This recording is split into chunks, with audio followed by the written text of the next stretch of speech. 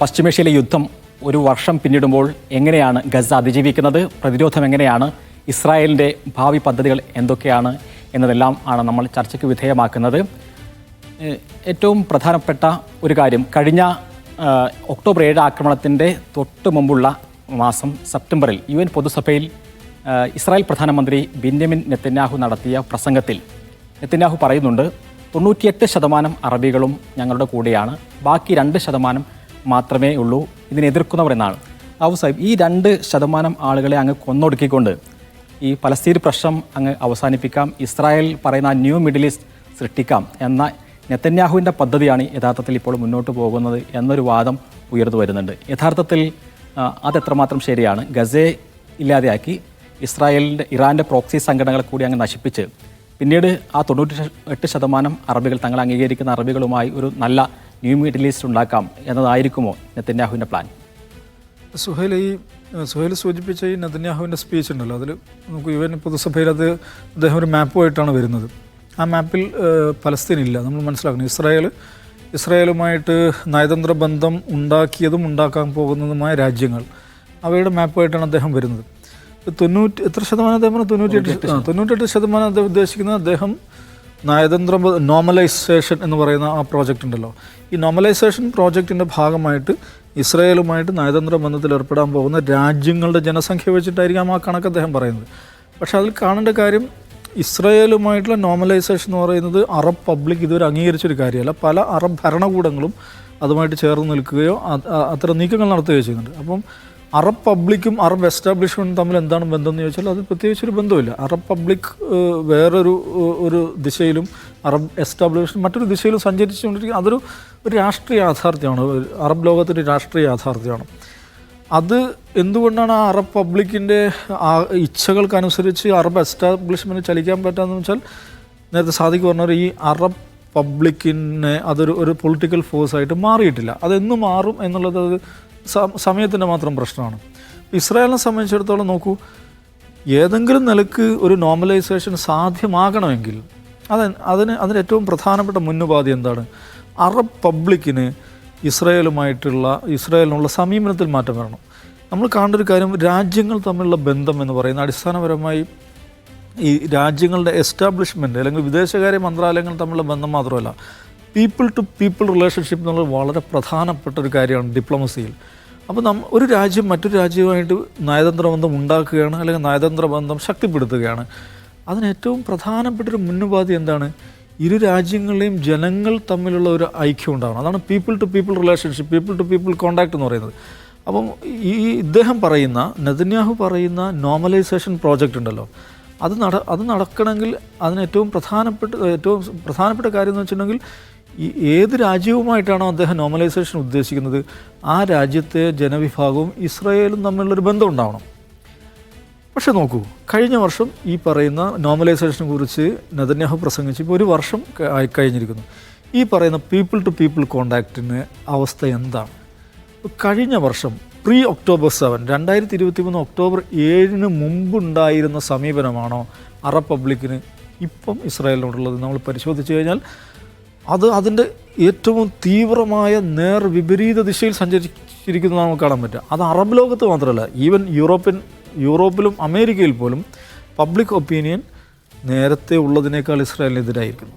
Israel നേരത്തെ ഉള്ളതിനേക്കാൾ വെറുക്കപ്പെട്ടൊരു രാജ്യമായി മാറിയിരിക്കുന്നു. അപ്പോൾ യഥാർത്ഥത്തിൽ ഒക്ടോബർ 7 ശേഷം നെതന്യാഹു എന്താണ് ചെയ്തത്? അദ്ദേഹത്തിന് തന്നെ ഒരു സ്കീമാണല്ലോ നോർമലൈസേഷൻ എന്ന് പറയുന്നത്. അദ്ദേഹത്തിൻ്റെ ഒരു പൊളിറ്റിക്കൽ പ്രോജക്റ്റാണ്.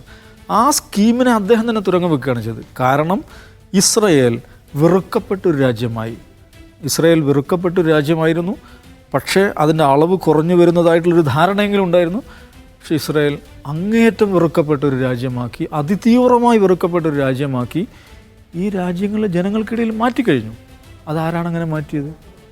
നെതന്യാഹുവാണ് മാറ്റിയത്.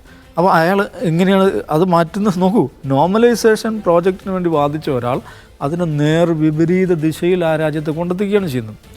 ഒന്നാമത്തെ പ്രശ്നം അത്. രണ്ടാമത്തത്, ഇസ്രായേൽ എന്ന് പറയുന്ന ആ ഒരു രാജ്യമുണ്ടല്ലോ, ആ രാജ്യത്തിൻ്റെ ഒരു സ്ഥാപന തത്വം, ഒരു ഫൗണ്ടേഷണൽ പ്രിൻസിപ്പിൾ എന്താണ്? അത് വളരെ പ്രധാനപ്പെട്ടൊരു പോയിൻ്റാണ്. ലോകത്തെ അരക്ഷിതരായ ജൂതർ, ലോകത്തെങ്ങും പലയിടങ്ങളായി ചെതറിക്കിടക്കുന്ന അരക്ഷിതരായ ജൂതർക്ക് സുരക്ഷിതമായ ഇടം, പ്രോമിസ്ഡ് ലാൻഡ്, ഹോം ലാൻഡ്, അതാണ് ഇസ്രായേൽ എന്നുള്ളതാണ്. അപ്പോൾ ജൂതർ എങ്ങനെയാണ് ജൂതർ എവിടെയാണ് അരക്ഷിതരായത്? യൂറോപ്പിലാണ് അരക്ഷിതരായത്. ജൂതർ അവരുടെ ചരിത്രത്തിലെ ഏറ്റവും മാരകമായ വംശഹത്യക്ക് വിധേയമായത് നാസി ജർമ്മനിയിലാണ്. നാസി ജർമ്മനി എവിടെയാണ്? യൂറോപ്പിലാണ്. യൂറോപ്പ് എന്ന ഈ പരിഷ്കൃത പുരോഗമന യൂറോപ്പ് അല്ലെങ്കിൽ പടിഞ്ഞാറ് ജൂതരെ വേട്ടയാടി കൊന്നുകൊണ്ടിരുന്നു, അവരെ നിരന്തരം വേട്ടയാടിക്കൊണ്ടിരുന്നു. അപ്പോൾ അങ്ങനെ ഉള്ള ഒരു ജനതയ്ക്ക് ഒരു സുരക്ഷിത നാട് എന്നുള്ള നിലക്കാണ് ഈ പാലസ്റ്റൈൻ ടെറിട്ടറീസിൽ അവർ വരുന്നതും അവിടെയുള്ള ഫലസ്തീനികളെ ആട്ടിപ്പായിച്ചുകൊണ്ട് ഒരു പുതിയ സയനിസ്റ്റ് റെജീം, ഒരു ജൂതരാഷ്ട്രം, ജൂയിഷ് ഹോംലാൻഡ്, അവരുടെ ഭാഷയിൽ പറഞ്ഞാൽ ഒരു ജൂയിഷ് ഹോംലാൻഡ് സ്ഥാപിക്കുന്നത്. അപ്പോൾ അതിൻ്റെ അടിസ്ഥാന തത്വം എന്താണ്? സുരക്ഷിത സ്ഥാനം, ലോകത്തുള്ള ജൂതർക്കുള്ള സുരക്ഷിത സ്ഥാനം. അപ്പോൾ ഈ പ്രിൻസിപ്പിൾ ഉണ്ടല്ലോ, സെക്യൂരിറ്റി ഫോർ ജ്യൂസ് എന്ന് പറയുന്നത്, നോക്കൂ, 1948 ഈ രാജ്യം സ്ഥാപിക്കപ്പെട്ടതിന് ശേഷം ഏതെങ്കിലും ഒരു സന്ദർഭത്തിൽ അത് ഇങ്ങനെയുള്ള ഒരു സുരക്ഷിത ഗേഹമായി മാറിയിട്ടുണ്ടോ എന്നൊരു പ്രശ്നമുണ്ട്. അത് നമ്മൾ കാണേണ്ടത് വളരെ പ്രധാനപ്പെട്ട. ഇന്റലിജൻസ് ഒക്കെ പറയുമ്പോൾ പ്രശ്നം അതാണ്. അതായത് ഈ മൊസാദിന് അതിഭീകരമായ ബുദ്ധിയുണ്ട്, എല്ലാം ഉണ്ട് എന്നൊക്കെ പറയുമ്പോൾ ഈ ഇൻ്റലിജൻസ്, അതായത് ആത്യന്തികമായി അവിടെ താമസിക്കാനുള്ളൊരു സുരക്ഷിത സ്ഥാനം ഒരുക്കാനുള്ളൊരു ഇൻ്റലിജൻസ് എന്തുകൊണ്ട് ഇല്ലാതെ പോകുന്നു എന്നുള്ളതാണ് പ്രശ്നം. അതിൽ ഞാൻ സുഹൈലിൻ്റെ കാര്യം പറയാം. കഴിഞ്ഞ ദിവസം തന്നെ ഇസ്രായേലിൽ ജോലി ചെയ്യുന്നൊരു സുഹൃത്ത് എന്നെ വിളിച്ചു. അപ്പോൾ അയാൾ പറയുന്നൊരു കാര്യം എന്ന് വെച്ചിട്ടുണ്ടെങ്കിൽ, ഒരു 70 വയസ്സായ ഇസ്രായേലി സ്ത്രീയുമായിട്ട് അയാൾ സംസാരിക്കുകയാണ്. ആ സ്ത്രീ പങ്കുവെച്ചൊരാശയം എന്താണെന്ന് വെച്ചിട്ടുണ്ടെങ്കിൽ, കുഞ്ഞുനാളിൽ എന്നെ നയിച്ച ഏറ്റവും പ്രധാനപ്പെട്ട ആധി എന്താണ്? അച്ഛൻ പട്ടാളത്തിലാണ്, അച്ഛൻ യുദ്ധമുഖത്താണ്. പട്ടാളത്തിൽ എന്ന് പറയുമ്പോൾ നമ്മൾ മനസ്സിലാക്കും ഇസ്രായേൽ എല്ലാ പൗരന്മാരും പട്ടാളക്കാരാണ്, നിർബന്ധിത സൈനിക സേവനമുള്ളതാണ്. അപ്പോൾ കുഞ്ഞുനാളിൽ അച്ഛൻ യുദ്ധമുഖത്താണ്. കൗമാരത്തിലേക്ക് കടക്കുമ്പോൾ മകൻ, ചേട്ടൻ യുദ്ധമുഖത്താണ്. യൗവനത്തിലേക്ക് കടക്കുമ്പോൾ ഭർത്താവ് യുദ്ധമുഖത്താണ്. വാർദ്ധക്യത്തിലേക്ക് കടക്കുമ്പോൾ മകൻ യുദ്ധമുഖത്താണ്. അപ്പോൾ എൻ്റെ ആയുസ് എന്താണ്? ആധിയാണ് എൻ്റെ ആയുസ്. ആധിയാൽ നിറഞ്ഞ ഒരു ആയുസ്സാണത്. ഒന്ന് ആലോചിച്ച് നോക്കുക. 78 വർഷമായി ഒരു രാജ്യം സ്ഥാപിക്കപ്പെട്ട് 76 വർഷമായില്ലേ? ഈ 76 വർഷവും ഏതെങ്കിലും നിലക്കുള്ള യുദ്ധത്തിൽ ഏർപ്പെട്ടുകൊണ്ടേയിരിക്കുക എന്ന് പറഞ്ഞാൽ ആ രാജ്യത്തിൻ്റെ സ്വത്വം എന്താണ്? അതെങ്ങനെയാണ് ഈ പറയുന്ന ബേസിക് ഐഡൻറ്റിറ്റി, സുരക്ഷിത ഗേഹം എന്നൊരു കാഴ്ചപ്പാടിലേക്ക് അത് വരുന്നത്? അപ്പോൾ ഈ പറയുന്ന സുഹൈർ നേരത്തെ പറഞ്ഞ, അല്ലെങ്കിൽ നമ്മുടെ ഈ യൂട്യൂബേഴ്സൊക്കെ അവകാശപ്പെടുന്ന സുരക്ഷിതത്വം ഉണ്ടല്ലോ, അത് യഥാർത്ഥത്തിൽ പറയുന്നത് നമ്മൾ സാധാരണ പറയുമല്ലോ, ഗസയെക്കുറിച്ച് പറയും the largest prison on the planet എന്ന് പറയും, ലോകത്തെ ഏറ്റവും വലിയ ജയിലെന്ന് പറയും. അത് ശരിയുമാണ്. അതേപോലെ തന്നെ ഇസ്രായേൽ എന്ന് പറഞ്ഞാൽ എന്താണ്? ലോകത്തെ ഏറ്റവും വലിയൊരു മിലിറ്ററി കൻറ്റോൺമെൻ്റ് ആണത്. ലോകത്തെ the largest military cantonment on the planet എന്ന് പറയാവുന്ന ഒരു എസ്റ്റാബ്ലിഷ്മെൻ്റാണ് ഇസ്രായേൽ. അതിനൊരു രാജ്യം എന്ന് പറയുന്നത് സാങ്കേതികമായി മാത്രമേ ശരിയാവുള്ളൂ. കാരണം പല വിധത്തിലുള്ള സൈനിക സംവിധാനങ്ങളിലൂടെ മിലിറ്ററി ഹാർഡ്വെയറും സോഫ്റ്റ്വെയറും ഉപയോഗിച്ചുകൊണ്ട് നിലനിൽക്കുന്ന ഒരു മിലിറ്ററി കൻറ്റോൺമെൻ്റാണത്. ഒരു മിലിറ്ററി കൻറ്റോൺമെൻറ്റിനകത്ത് കഴിയുമ്പോൾ ഒരാൾക്കുണ്ടാകുന്ന സുരക്ഷിത ബോധമുണ്ടല്ലോ, അതിലപ്പുറം ഒരു രാജ്യം എന്ന നിലക്ക് ഒരു രാജ്യത്തെ സംബന്ധിച്ചിടത്തോളം ഏറ്റവും പ്രാഥമികമായി അതിൻ്റെ നിർവചനത്തിൽ വരേണ്ട ഒരു സംഗതി എന്താണ്? അതിനൊരു ഫിക്സഡ് ബൗണ്ടറി ഉണ്ടായിരിക്കണം എന്നുള്ളതാണ്. ഈ 76 വർഷത്തിനിടയിൽ ഒരു ഫിക്സഡ് ബൗണ്ടറി, നിർണിതമായ ഒരു അതിർത്തിയുള്ള ഒരു രാജ്യമാണ് ഞങ്ങൾ എന്ന് ഇസ്രായേലിനും പറയാൻ പറ്റും. ഈ ദിവസം വരെയും ഇസ്രായേൽ നിർണിതമായ അതിർത്തി ആയി കഴിഞ്ഞിട്ടില്ല. വെസ്റ്റ് ബാങ്കിൽ ലക്ഷക്കണക്കിന് ആളുകൾ, ഇസ്രായേലി പൗരന്മാർ, കുടിയേറ്റ സെറ്റിലേഴ്സ് താമസിക്കുന്നുണ്ട്. അത് ഇസ്രായേലി അതിർത്തിക്ക് അകത്താണോ പുറത്താണോ? അവർ ഇസ്രായേലി പൗരന്മാരാണ്. പക്ഷേ അവർ അന്താരാഷ്ട്ര മാനദണ്ഡപ്രകാരം ഇസ്രായേലി അതിർത്തിക്ക് അകത്തല്ല, അവർ ഗ്രീൻ ലൈൻ അപ്പുറത്താണ് താമസിക്കുന്നത്. ഗോലാൻ ഹെയ്റ്റ്സ്, അതിൻ്റെ ഐഡൻറ്റിറ്റി എന്താണ്? അതിൻ്റെ നിയമപരമായുള്ള സാധ്യത എന്താണ്?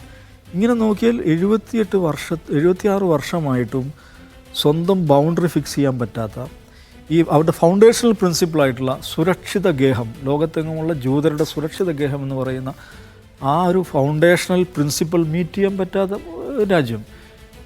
എന്നിട്ട് ഈ 76 വർഷമായിട്ട് ഇന്ന് ഇസ്രായേലിൽ നടക്കുന്ന ഏറ്റവും പ്രധാനപ്പെട്ട ചർച്ച ചെയ്യുന്നത്, നേരത്തെ സുഹൈൽ അതിനെക്കുറിച്ച് സൂചിപ്പിക്കുകയുണ്ടായി, ഹൗ ഫാർ, ഇസ്രായേൽ എത്ര കാലം നോക്കൂ 76 വർഷമായിട്ടും ഒരു രാജ്യത്തെ ഏറ്റവും പ്രധാനപ്പെട്ട ആ രാജ്യത്തെക്കുറിച്ച് ഏറ്റവും പ്രധാനപ്പെട്ട ചർച്ച എന്താണ്?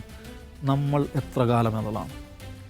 ഈ പറയുന്ന ഒക്ടോബർ 7 ശേഷം ഈ ഒക്ടോബർ 7 2023 ഒക്ടോബർ 7 ഏറ്റവും വലിയ പ്രത്യേകത എന്താണെന്ന് വെച്ചിട്ടുണ്ടെങ്കിൽ നമുക്ക് ഫലസ്തീനികൾ കൂട്ടത്തോടെ കൊല ചെയ്യപ്പെടുന്നു, 10,000-കണക്കിന് ആളുകൾ കൊല്ലപ്പെടുന്നു, രോഗികൾ, കുഞ്ഞുങ്ങൾ, സ്ത്രീകൾ, UN വർക്കേഴ്സ്, ഹെൽത്ത് വർക്കേഴ്സ്, ജേർണലിസ്റ്റുകൾ, ആശുപത്രികൾ, സ്കൂളുകൾ, കിൻഡർ ഗാർട്ടനുകൾ എല്ലാം തകർക്കപ്പെടുന്നു. ആളുകൾ ഫലസ്തീനിൽ മരിച്ചു വീഴുന്നു. അപ്പോഴും എവിടെയാണ് ഫലസ്തീൻ എന്ന് പറയുന്ന ഭാവന, സ്വതന്ത്ര ഫലസ്തീൻ എന്ന് പറയുന്ന ആ ഒരു ഭാവന ഉയർന്നു നിൽക്കുകയും ഇസ്രായേൽ എന്ന് പറയുന്ന ഭാവന അത് ചരിത്രത്തിൽ ഏറ്റവും മാരകമായ വെല്ലുവിളി നേരിടുകയും ചെയ്യുന്ന എന്താ പറയുക അതിവിചിത്രമായ ഒരു വൈരുദ്ധ്യമാണ് നമ്മൾ കാണുന്നത്. നമുക്ക് ഒരു രാജ്യം അതിൻ്റെ എല്ലാവിധ സംവിധാനങ്ങളും അതിൻ്റെ എന്ന് പറയുന്നത് ശരിയല്ല, ലോക വൻശക്തികളുടെ സഹായത്തോടെ ഈ ഭൂമിയിൽ ലഭ്യമായിട്ടുള്ള എല്ലാ സൈനിക സന്നാഹങ്ങളും ഉപയോഗിച്ച് ഒരു ജനതയെ അടിച്ചമർത്തി നിർത്തുമ്പോഴും ഈ അടിച്ചമർത്തപ്പെടുന്ന ജനതയുടെ ഭാവന ശക്തമായി നിൽക്കുകയും ഈ സർവശക്തമായി നിൽക്കുന്ന രാജ്യം അതിൻ്റെ ഭാവിയെക്കുറിച്ച ഭാവനകൾ, അതിൻ്റെ ഭാവിയെക്കുറിച്ചുള്ള ആലോചനകൾ അത് ഒരുതരം അവ്യക്തതയിൽ തുടരുകയും ചെയ്യുന്ന ഒരു വിചിത്രമായ കാഴ്ചയാണ് നമ്മൾ കാണുന്നത് ശരിക്കും പറഞ്ഞാൽ.